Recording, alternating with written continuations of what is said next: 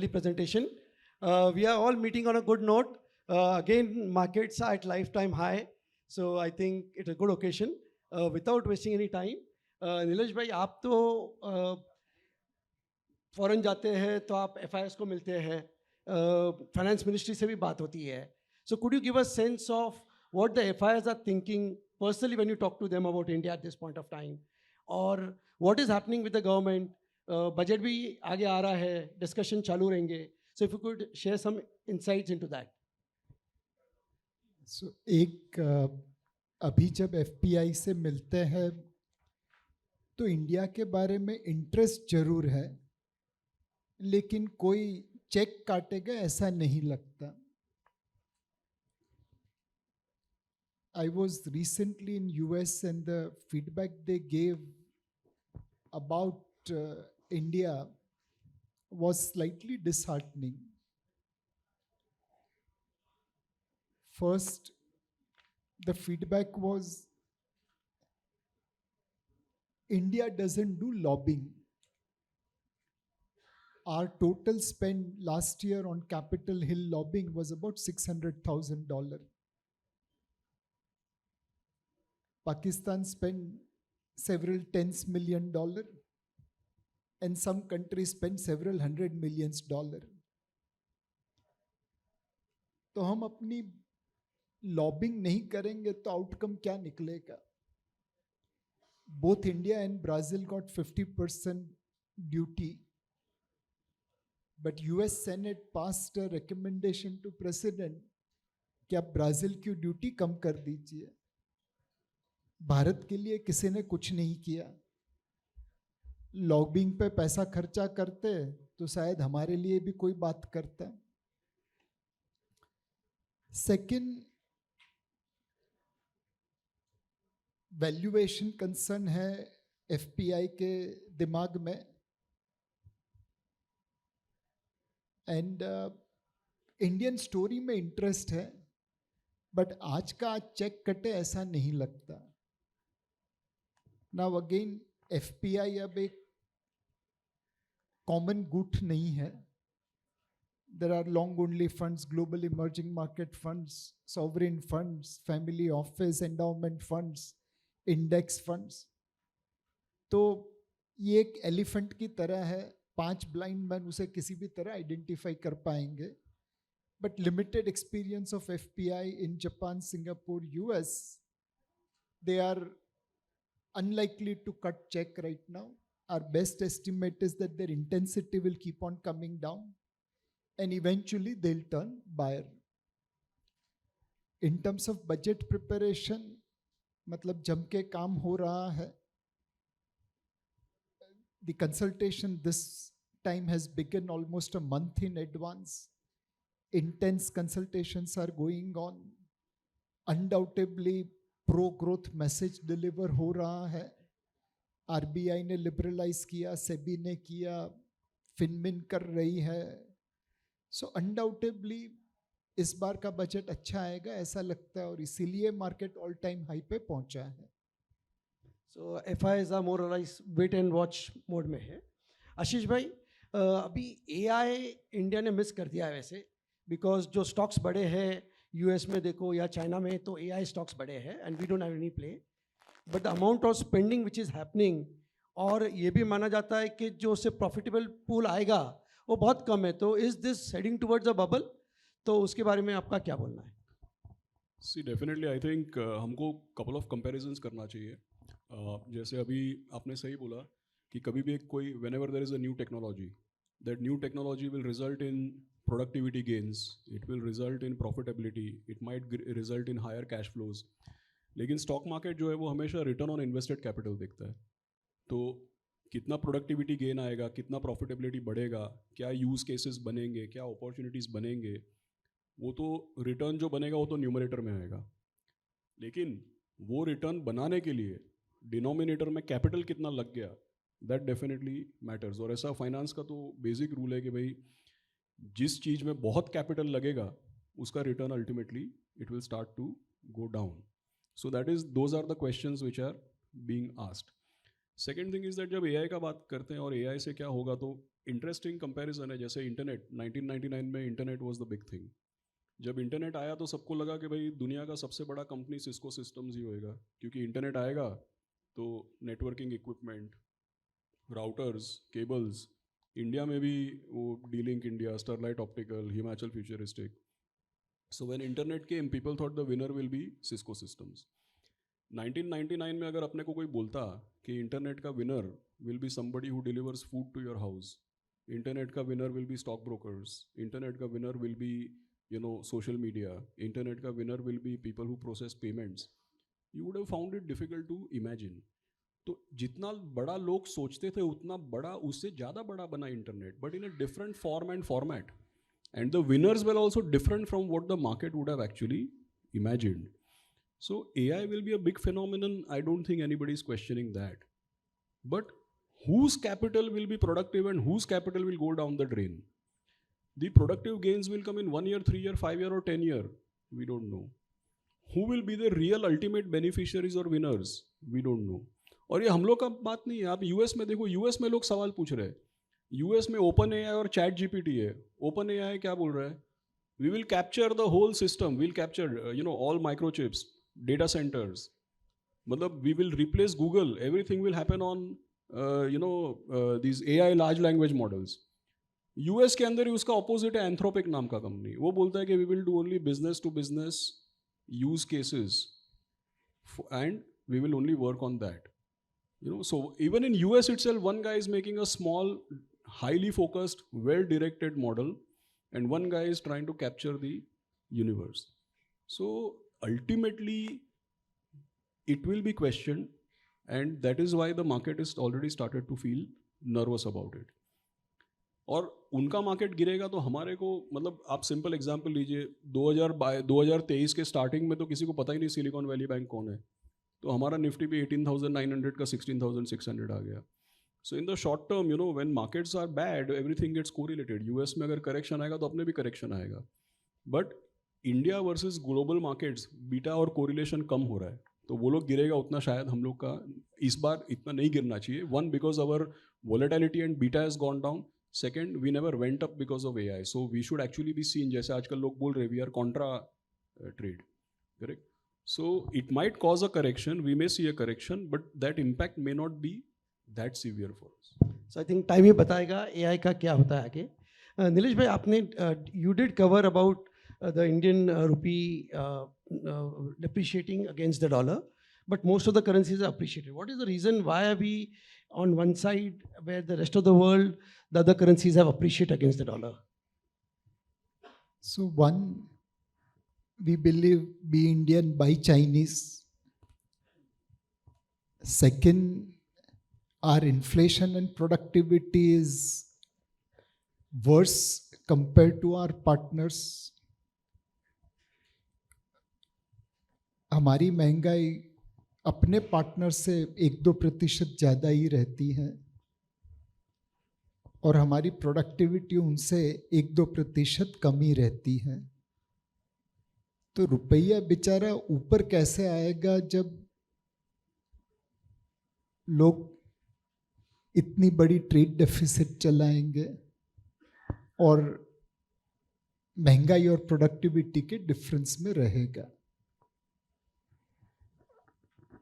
जैसा मैंने अपने वीडियो में बताया कि भारत को तेज गति से ग्रोथ होने के लिए पैसों की आवश्यकता है और फॉरेन डायरेक्ट इन्वेस्टमेंट लेने के लिए हम लोग London, Tokyo, Singapore, New York, Washington सब जगह घूमते रहते हैं फिर वो पैसा इंडिया में आता है फिर सोने की आयात में हम उसे बाहर बेच देते हैं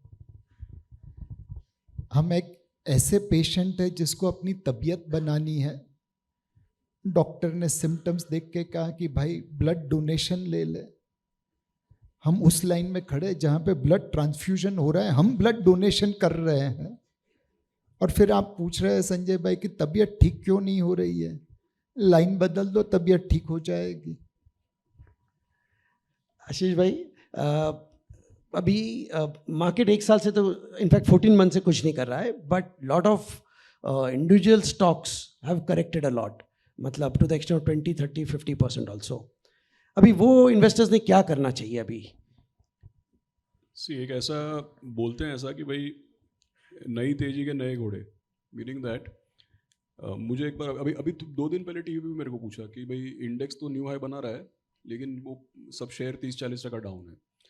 बेसिकली इट मीन्स कि 2023-24 में you got overly carried away with this railway, PSU, defence, infra and small cap.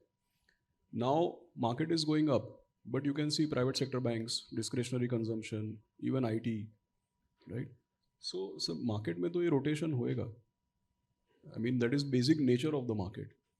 अगर आपको इंडेक्स को बीट करना है, जैसे हम लोग पोर्टफोलियो बनाते हैं इंडेक्स को बीट करने के लिए, इसीलिए हम लोग कभी भी इतना एग्रेसिव कॉल नहीं लेते कि पूरा पैसा PSU में डाल दो, प्राइवेट में डालो ही मत. अरे बाबा, अगर आपको इंडेक्स को बीट करना है, समझो आपका इंडेक्स BSE 500 है, तो आपका कंपटीशन इंडेक्स के साथ है. इंडेक्स में 12 से 13% PSU है, 87 से 88% प्राइवेट सेक्टर है.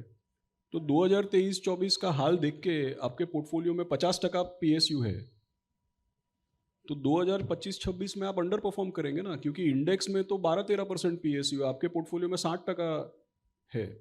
तो आप एक एग्जांपल लीजिए, हम लोग सब लोग जब ट्रैवल करते कहीं ना कहीं थाली खाते हैं ना, आप साउथ में जाइए, ईस्टर्न इंडिया में जाइए, गुजरात, मतलब थाली खाया आपने सब लोग, यू मस्ट हैव ईटन, खाया होगा obviously.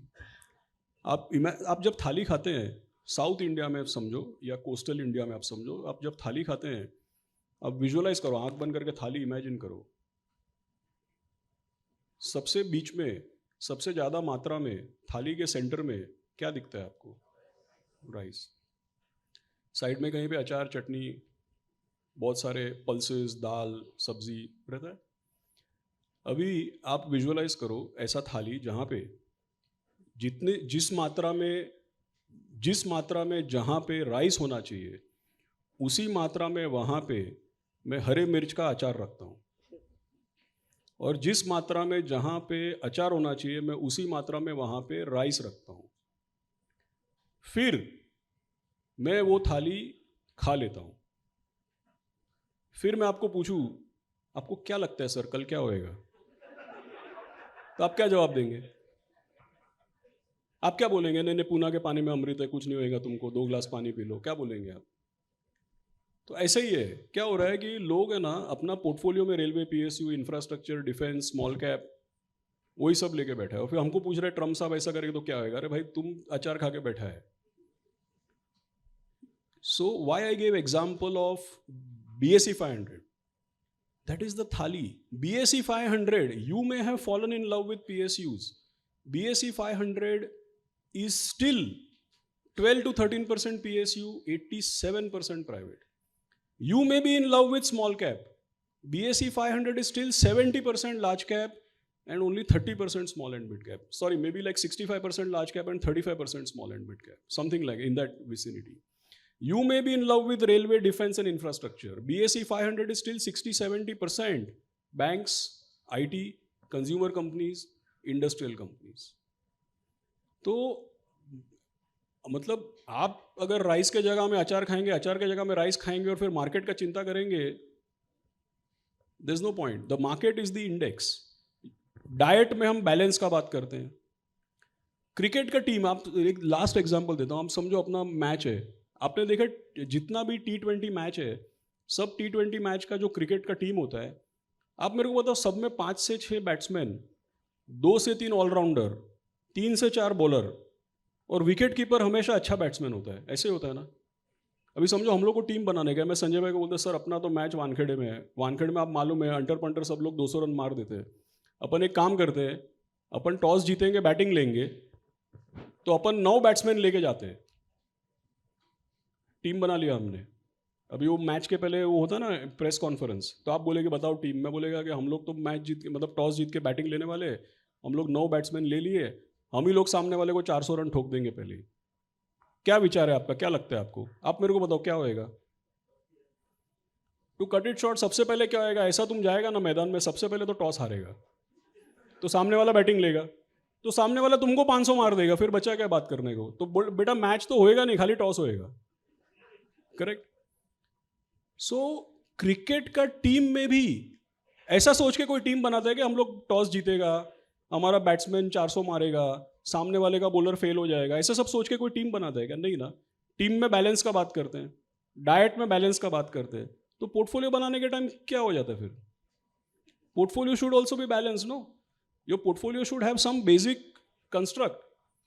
So if the whole the market is a average, but if you are playing in another field, then all these things will happen. Lovely. Last question to both of you. We don't want to hold everyone.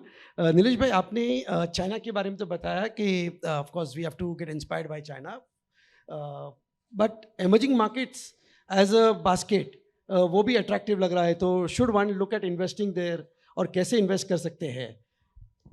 So undoubtedly अगर America से पैसा निकलेगा तो ज़्यादातर पैसा emerging market में आएगा.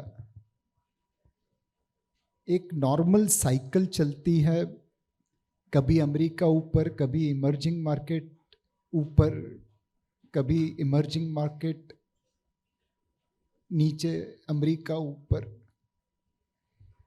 पिछले तकरीबन 15 सालों से America has out performed emerging market. उनका वैल्यूएशन भी काफ़ी ऊपर गया है. तो उम्मीद यह है कि कहीं ना कहीं लॉ ऑफ एवरेज काम में आएगा, अमेरिका से लोग पैसा निकालेंगे और इमर्जिंग मार्केट में निवेश करेंगे. सवाल ये उठता है कि इमर्जिंग मार्केट ही क्यों? यूरोप है, जापान है.